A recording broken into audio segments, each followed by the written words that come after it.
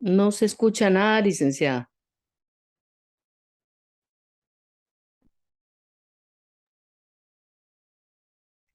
Tenía apagado el micrófono.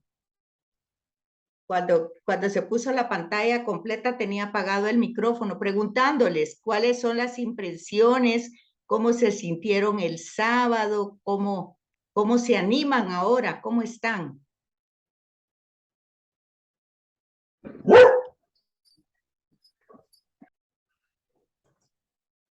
Pues fue muy enriquecedor, licenciada, conocernos principalmente. ¿Verdad? ¿Verdad que fue Sí, bonito? sí, mire, que ya hacía falta ver con quiénes estamos compartiendo y pues, es un grupo muy agradable y me alegré mucho de poderla saludar a todas Qué bueno, Manuel, y a, muchas y a gracias. todos.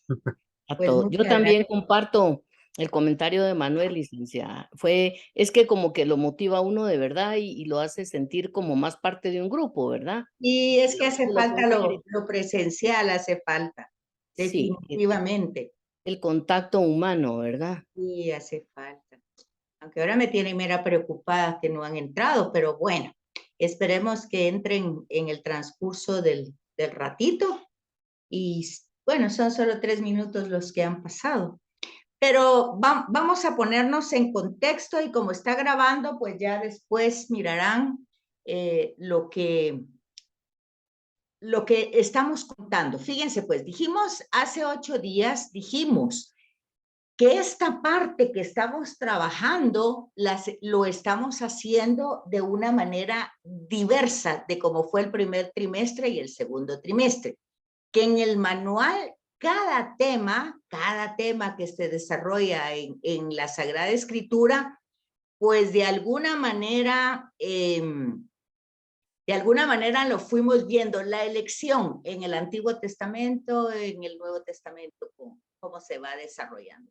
Digamos, la alianza, todos los temas de Dios es amor y cómo se manifiesta ese amor con la misericordia, con la compasión, con el acompañamiento, con la liberación.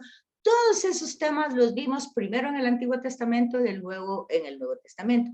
Hoy estamos haciendo algo parecido, pero diferente. Diferente porque si se dan cuenta, ya aquí en el tema 6 entramos a la carta a los Corintios. Ya habíamos empezado hace 8 diciendo eso. Y entonces ya aquí tenemos una cita a los Corintios. Voy a quitar un poco la cámara para que ustedes puedan, más que todo, dimensionar el tema, porque al abarcar toda la pantalla, pues entonces se facilita más el sonido de la voz.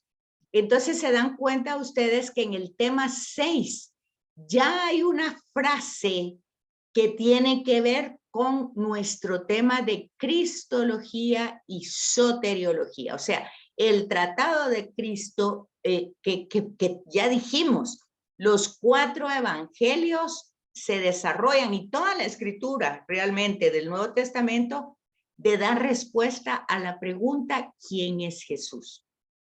Entonces ya vimos que en el tema anterior ya vimos pues que es un mensajero de Dios, que él mismo se identifica como profeta, que él mismo, su mensaje es el reino de Dios. Vimos al final de cuentas que el tema de las bienaventuranzas no las podemos entender superficialmente, como leer cualquier cosa, porque nuestra mentalidad no capta que los que lloran, que los pobres, que los perseguidos sean felices.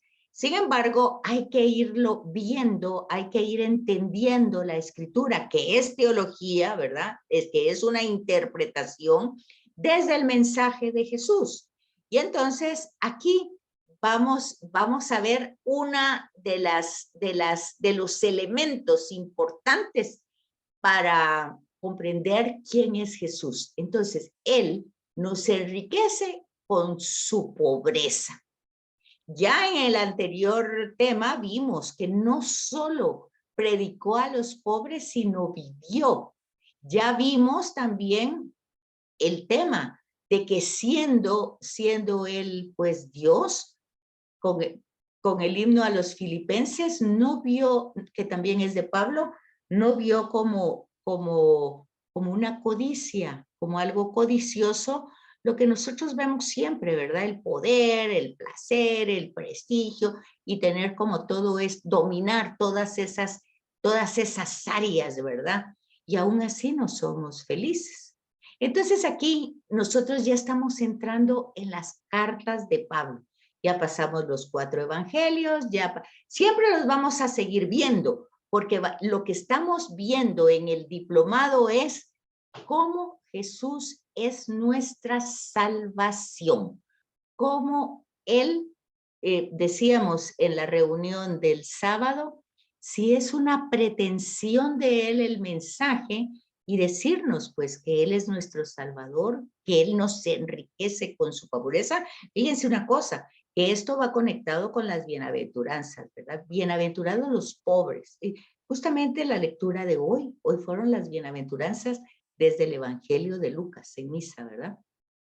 Entonces se dan cuenta ustedes de que ahora vamos a ir respondiendo desde la teología o desde la cristología de Pablo. Entonces, según Pablo, Cristo es nuestro, acuérdense que aún cuando yo diga según Pablo, está dentro del canon, o sea, está revelado. Entonces, es algo que ya también dijimos. Nosotros no lo sabríamos así, no lo entenderíamos así, si no se nos dijera, si no se nos revelara, si no se nos manifestara. Entonces, aquí Cristo esta es otra cosa que quería decirles. Desen cuenta ustedes que para los que, Manuel, que ya tiene el libro, bueno, todos tienen el libro virtual, pero digamos los que ya lo tienen físico, ven en este tema 6, ven cómo los obispos también hacen uso de las distintas conferencias que se han desarrollado en Latinoamérica y cómo ellos desarrollan estos temas. De hecho, este libro es una síntesis de todas esas reflexiones de Puebla, Medellín, Santo Domingo, Río de Janeiro y Aparecida. ¿Qué es lo que intentan esas conferencias? Pues lo que intentan es poner en la realidad de América Latina Vaticano II.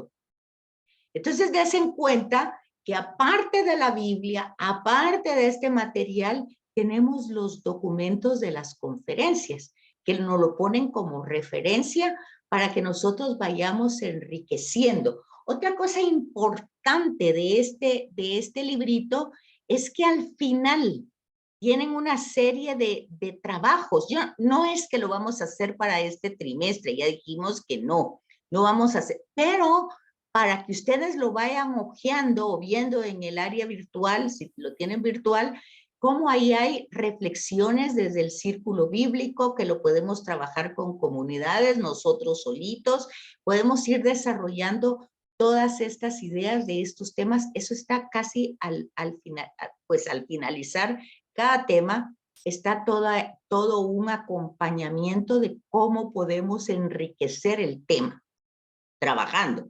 Por supuesto, nosotros no tenemos el tiempo de hacerlo, ni tampoco puedo dejarles yo a ustedes ese trabajo, pero ustedes es bueno que lo trabajen, que lo desarrollen para enriquecer el diplomado.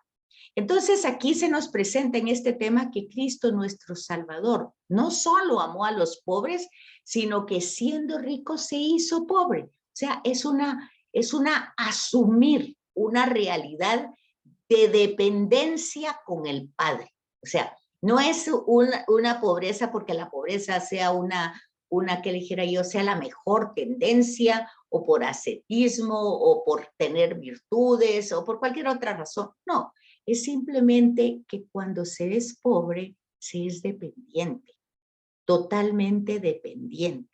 Entonces Jesús vivió en la pobreza, centró su misión en el anuncio a los pobres para liberarlos y fundó lo que fueron la primera comunidad apostólica, que hoy esas comunidades son asambleas, y asambleas pues es justamente eclesía en griego. Y eclesía es lo que nosotros decimos iglesia, ¿verdad? Pero o sea que la iglesia no es la casa, sino que es la comunidad. Entonces Jesús fundó su primera comunidad, obviamente, con los apóstoles, ¿verdad? Y entonces ahí vamos viendo que el signo de esa comunidad en el tiempo de Jesús, pues es la pobreza. Él no solo se dirigió, sus destinatarios fueron los pobres, pero no para, como les dijera yo, no para asumir de que esa es la realidad, la mejor realidad de la humanidad y mantenerse ahí como con los brazos cruzados, no, sino que para liberar de esa pobreza. Entonces, Jesús va afirmando que en él se hace presente lo que vimos en el tema anterior, el reino de Dios. Ese es el mensaje y esa es pues la presentación. El reino de Dios ya está presente y está presente con él, con sus actitudes. Eso lo vimos en el tema anterior, sus gestos, sus palabras, sus parábolas, sus acciones que también eran parábolas vividas, ¿verdad? Y que en él pues, en su persona, en sus palabras, en sus hechos, el reino de Dios nos salva. Pero fíjense, volvemos a decir lo que hemos dicho tantas veces, no es mágico, no es magia, sino que hay que asumir ciertas realidades que son las que va presentando el texto bíblico, ¿verdad? Cada evangelio. ¿Cuáles? No son ni obligaciones, ni son exigencias, no. Es simple y sencillamente ante sus palabras, ante sus gestos, ante sus hechos, ante su persona, pues justamente corresponder libremente como pasa en la vida cotidiana, como pasa en la vida.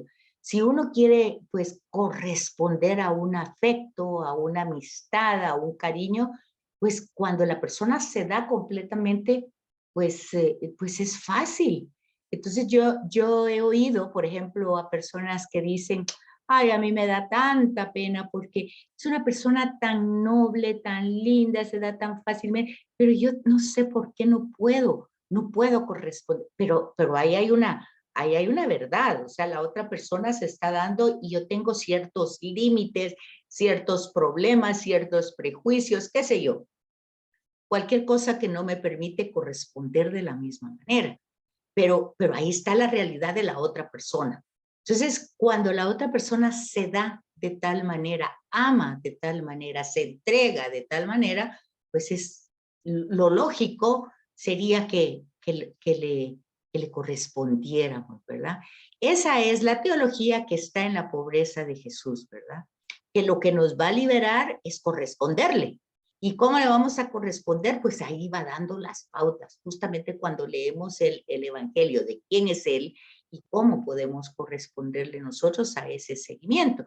Pero como ya dijimos, y así lo hemos dicho desde el primer trimestre, que todo esto se va desarrollando teológicamente. Este valor de la pobreza no es así primeramente en Jesús, sino que es un valor que se ha ido desarrollando a través de todo el Antiguo Testamento. Decíamos hace 8 días, al principio no es tan claro con todo el tema de los patriarcas, pues se empezaban a cumplir las promesas, ¿verdad? Entonces ellos van teniendo riquezas, van teniendo estabilidad y la primera reflexión teológica es que son bendecidos por Dios. Pero esa es una etapa en la historia de la salvación. Después quedan como esclavos y quedan en una absoluta y total pobreza, ¿verdad? De esclavitud. Entonces, nosotros no nos podemos quedar en una etapa de la revelación. Tenemos que ir evolucionando las etapas. Ese es el problema de las otras teologías, como el de la prosperidad, ¿verdad? En el tema de la teología de la prosperidad, nosotros nos damos cuenta de que hay ahí, se han quedado en una etapa que no es pues que sí fue una etapa, pero ya fue superada. ¿Y por qué se superó?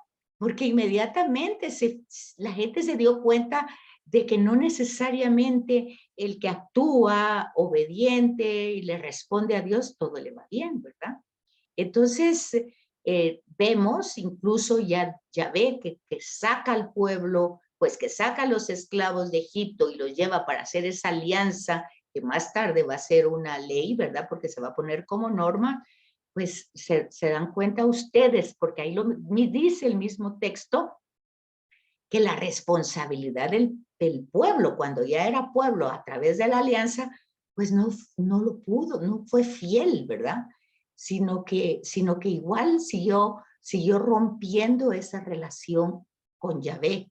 Y ya dijimos que dentro de la escritura, a esa ruptura de relación con Yahvé, que es la raíz de todo mal, se llama pecado. O sea, ojo, que la ruptura de esa relación, de esa amistad, de esa intimidad, eso es lo que se va a llamar pecado. Eso lo hemos explicado muchísimas veces. Entonces Jesús optó personalmente por una vida de pobreza, ¿verdad? Pero ¿por qué? Porque dependía totalmente del Padre, ¿verdad? Y porque estaba entregado totalmente a los seres humanos en esa situación. Entonces, desde ahí tenemos que entender la misión de Jesús a favor de la humanidad. Digamos que en ese momento es a favor de su pueblo, ¿verdad? A favor de ese grupo de personas a los que él se dirigía, ¿verdad? Y de alguna manera dándole libertad al interior primero, al corazón, a la amargura de estar marginados, de no tener ni siquiera a Dios. Y entonces la opción de Jesucristo nos va enseñando también quiénes son los pobres, ¿no? Alguien decía, no, a mí no me gustan los pobres porque estos hasta hieden. Sí, pues claro, no tienen las posibilidades, no tienen a veces para comer, mucho menos para comprarse un desodorante, ¿verdad? Entonces hay que entender todo ese tipo de cosas y hay que valorarlas, valorarlas como algo que nosotros vamos entendiendo, ¿verdad? Y que tampoco se reduce solo a una pobreza material, sino que hay otro tipo de pobrezas. Entonces, todo eso lo tenemos que ir comprendiendo desde la teología que nosotros vamos a ir captando. Entonces, no sé si tienen dudas, preguntas hasta aquí. No, licenciada, ahorita no. Ok, bueno, pues entonces continuamos. Espérenme un momentito que esto se trabó, no logro pasar. Aquí está. Entonces miramos la figura evangélica de Jesús como teología. ¿Qué quiere decir eso?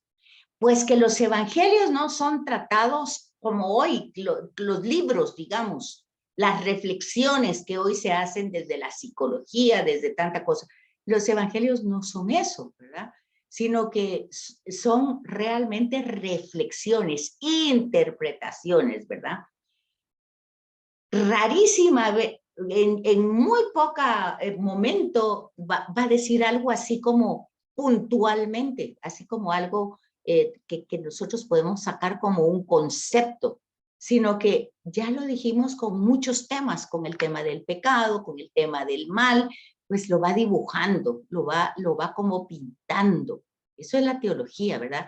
Algo que se va diciendo como con metáforas, con parábolas, con leyendas, con himnos, con salmos, pero ahí tenemos que encontrar esa verdad.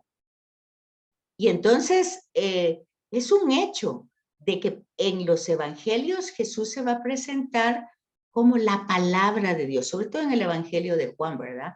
Es la palabra de Dios. Y si ustedes se dan cuenta, pues en Génesis 1 es un himno, ya no porque yo diga que es un himno no es teología, o sea, es un himno, pero ese himno, que es una forma literaria, un género literario, nos está revelando que toda la creación se hace por la palabra de Dios. Dios dijo, no dice, Dios hizo con su palabra, no dice así, porque no es como los escritos de hoy contemporáneos, pero el solo hecho de decir, Dios dijo, ya sabemos que dijo es una palabra.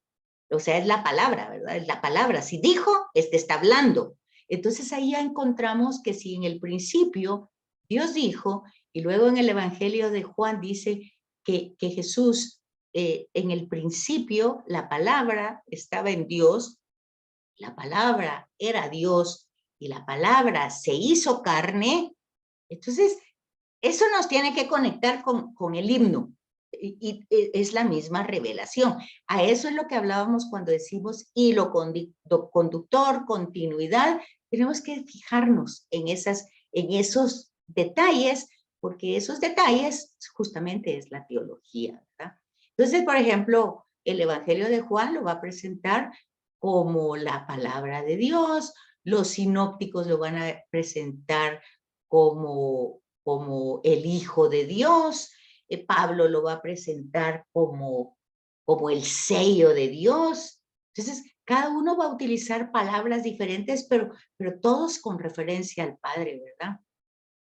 Entonces, ya dijimos también en el tema anterior que muchas de las acciones de Jesús, o sea, de sus hechos, son parábolas. No porque la está diciendo, solo lo que se dice es una parábola. También lo que está haciendo son signos que tienen que ser comprendidos, tienen que ser como develados en nuestra mente. Por ejemplo, nosotros no sabríamos el sentido que Jesús le dio a la crucifixión, no lo sabríamos sin la última cena, porque en la última cena Él le dio ese sentido. O sea, Él mismo reveló que era lo que iba a ser su muerte. Entonces ahí nosotros nos damos cuenta de lo que es la teología y lo que es la revelación y lo que es el hilo conductor y lo que es la continuidad y cómo no nos podemos quedar solo con un versículo, sino tenemos que ir conectando todo, pues, porque es una visión de conjunto, no es solamente un versículo y porque este versículo dice eso, yo me tengo que quedar con que eso es la palabra de Dios y Dios dijo eso y ahí está. Porque si seguimos más adelante, muchas veces vamos a ver en otro contexto algo que contradiga algo que se dijo anteriormente. Entonces hay que fijarse como, por ejemplo, el cambio de nombre, como por ejemplo, se le cambia de nombre a Simón por Kefas o por piedra o por Pedro, ¿verdad? También cómo Jesús lava los pies a sus discípulos, algo que lo hacían solo los esclavos. Entonces el modo de actuar de Jesús, sus exigencias, pues de alguna manera ya nos están diciendo algo como ejemplo, como modelo nuestro, para estar vinculados, para participar de ese reino, para participar de él, para adherirnos a su persona, ¿verdad? Entonces, todo eso lo tenemos que tener en cuenta, que los evangelios no son tratados occidentales, contemporáneos, tenemos que entrar un poquito en la mentalidad judía, ¿verdad? Y darnos cuenta cómo, porque Jesús, siendo judío, le hablaba a judíos. Entonces, y ellos le entendían, no era tan problemático, ¿verdad? Entonces, vamos viendo todas esas sus actividades, sus palabras, y todo eso es cristología. Y si es cristología, pues es teología, ¿verdad? Entonces, hay que fijarse en la humanidad de Jesucristo. Hay que fijarse en sus gestos humanos, no decir, es que como él era Dios, es como él era Dios. No, acuérdense, se encarnó en una historia, no solo en el vientre de María, sino se encarnó en una historia que asumió, ¿verdad? Entonces hay que ir descubriendo en el Evangelio su conciencia, su mirada, sus actos, sus gestos, su persona, lo que dice y de alguna manera, por ejemplo, es importante cuando para el contexto de su época, Moisés era un personaje central para ellos, para los judíos de la época de Jesús. Abraham también. David, y Jesús va a decir, Moisés les dijo, pero yo les digo. Imagínense solo eso, pues ahí ya hay pues algo que si Jesús no fuera quien es, ¿cómo lo entenderíamos, verdad? En aquel video que yo les compartí de Monseñor Barron, de Jesús de Nazaret, Monseñor dice eso. Si Jesús no es quien dice que es una mala persona, está loco, como lo pensaba la gente de su época, ¿verdad? Incluso sus parientes, eso también hay evidencias ahí en el Evangelio. Lo van a buscar como que está fuera de sí, dice. O sea, algo no lo comprende, ¿verdad? Entonces, nosotros hacemos con la ayuda de su espíritu, con la atracción que su persona tiene, hacemos esfuerzos para ir comprendiendo e ir comprendiéndolo para poderlo seguir, no solamente para pues tener un conocimiento intelectual, ¿verdad? Sino básicamente para poderlo seguir. Entonces esto ya lo habíamos dicho, cómo lo ve cada uno de los personajes, ¿verdad? De las teologías de Juan, de los sinópticos, de Pablo, pues en los mismos evangelios Jesús camino para el Padre, Él es el que revela todos los tesoros del reino, nos lo da a conocer. Eso es a través de las parábolas, a través de sus predicaciones, ¿verdad? Entonces Jesús no solo dice un mensaje de Dios, no solo nos da un concepto, una idea del reino, porque no lo da, sino que Él es al mismo tiempo el reino de Dios, Él es al mismo tiempo, pues, muchas maneras para conocer y comprender a Dios, su modo de actuar, sus exigencias, todo eso, ¿verdad? Vamos viendo cómo entonces en Jesucristo se revela el Padre. Eso es sumamente importante que nosotros lo tengamos presente. Y darnos cuenta que en los evangelios hay cristología, son cristológicos, porque responden quién es Jesús, ¿verdad? Ya hemos dicho, por las actividades, actitudes de Jesús, Él es el lobo. Por su carta magna de las bienaventuranzas, Él está dando como unos rayos X de su propia persona, está revelando su propia persona, ¿verdad? Entonces no tenemos que decir, esa parábola ya me la sé, sino que hay que ver y ver desde el Antiguo Testamento cómo la pobreza formaba parte de algo hermoso y difícil de entender, la pobreza en el Antiguo Testamento. Y para comprender a Jesús, hemos de situarlo dentro de todo ese contexto judío histórico. Quiere decir, desde toda la revelación del Antiguo Testamento, que es lo que hemos hecho desde el principio, en el cuadro histórico de su tiempo. Pero ese tiempo que vive Jesús no empieza con Jesús, ya tenía 2000 años de existencia. Entonces dice aquí, la diapositiva que les estoy presentando dice que el camino más honesto para ir comprendiendo todo esto que estamos diciendo es ver ese desarrollo que se va dando en cada tema. Ya lo dijimos, la elección, la alianza, el amor, la misericordia, la compasión, la paciencia, todos esos temas se van desarrollando desde el Antiguo Testamento y forman parte de la iniciativa de Dios de darse a conocer. Entonces también la pobreza se va desarrollando, ¿verdad? A lo largo de toda la escritura. Porque la revelación que Dios hace es histórica, se da en la historia.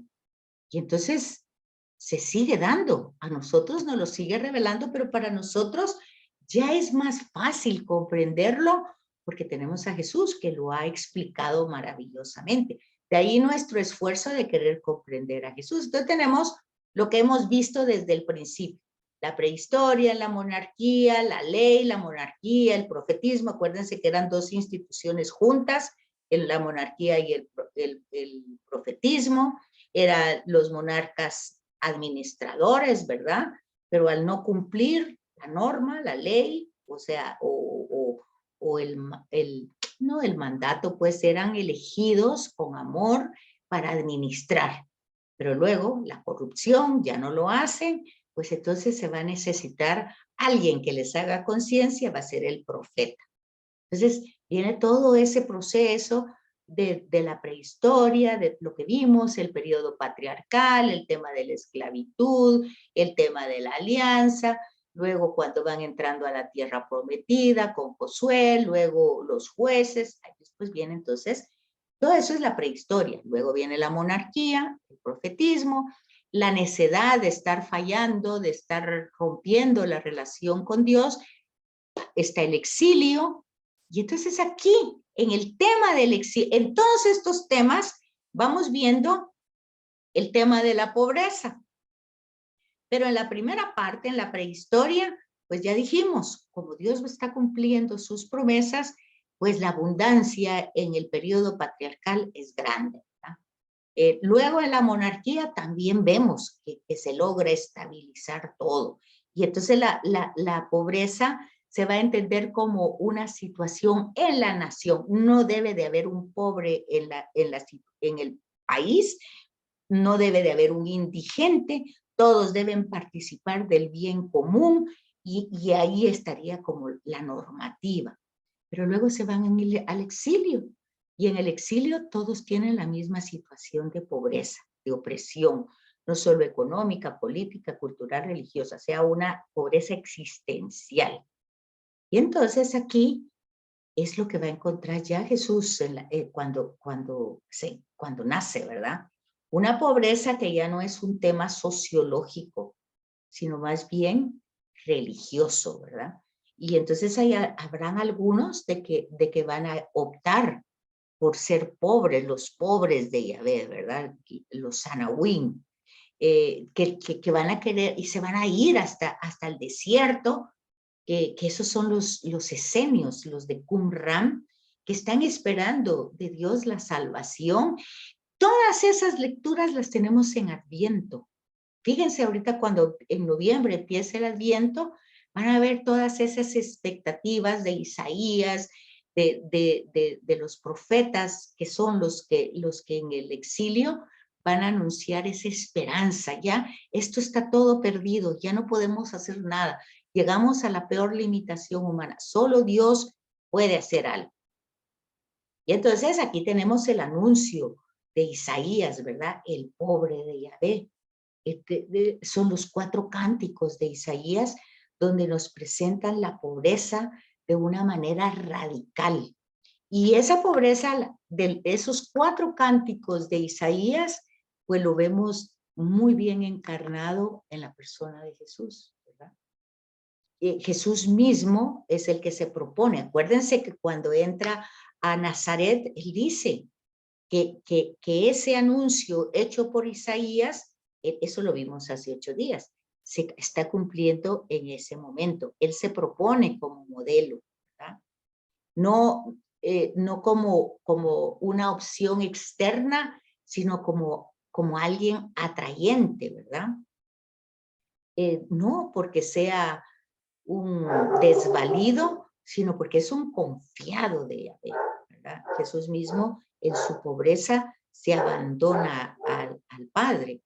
Y no es que los bienes materiales sean malos, pero de alguna manera estos bienes nos hacen inflarnos, ¿verdad? Dios guarde tener un pequeño título, una pequeña capacidad, porque ya nos inflamos como globos y nos vamos al éter, ¿verdad? Y ahí todos inflados como que supiéramos muchísimo de todo. Entonces los bienes en sí no tienen problema.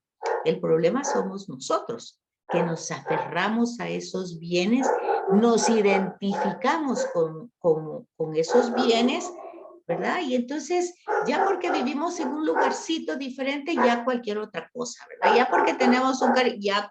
Entonces, todo eso, pues todo eso es lo que nos separa de esa relación, ¿verdad? Entonces, Jesús se presenta por eso desligado de esos bienes Y fíjense, despojado de apoyos humanos. O sea, no tiene contactos, ¿verdad? No tiene personas que le puedan ayudar a esto o aquello. Entonces, aquí tenemos que reflexionar la pobreza de Jesús como un misterio, ¿verdad? En máximas expresiones de pobreza. Por supuesto que el Evangelio, pues, otra vez, no está diciendo, no va a decir que es re pobre y de lo más pobre, pero va pintando, ¿verdad? Va pintando cuál es su personalidad, sobre todo ante los distintos movimientos que hay en su época, ¿verdad? Que son tan poderosos, el Sanedrín, los sumos sacerdotes, los romanos y los de su pueblo, ¿verdad? Los fariseos, los saduceos, los escribas, todos sabían mucho más que él, ¿verdad? Entonces, aquí es importante que noten esta frase. Jesús no optó por la pobreza por motivos ascéticos. Mire, en un minuto se va a cortar y por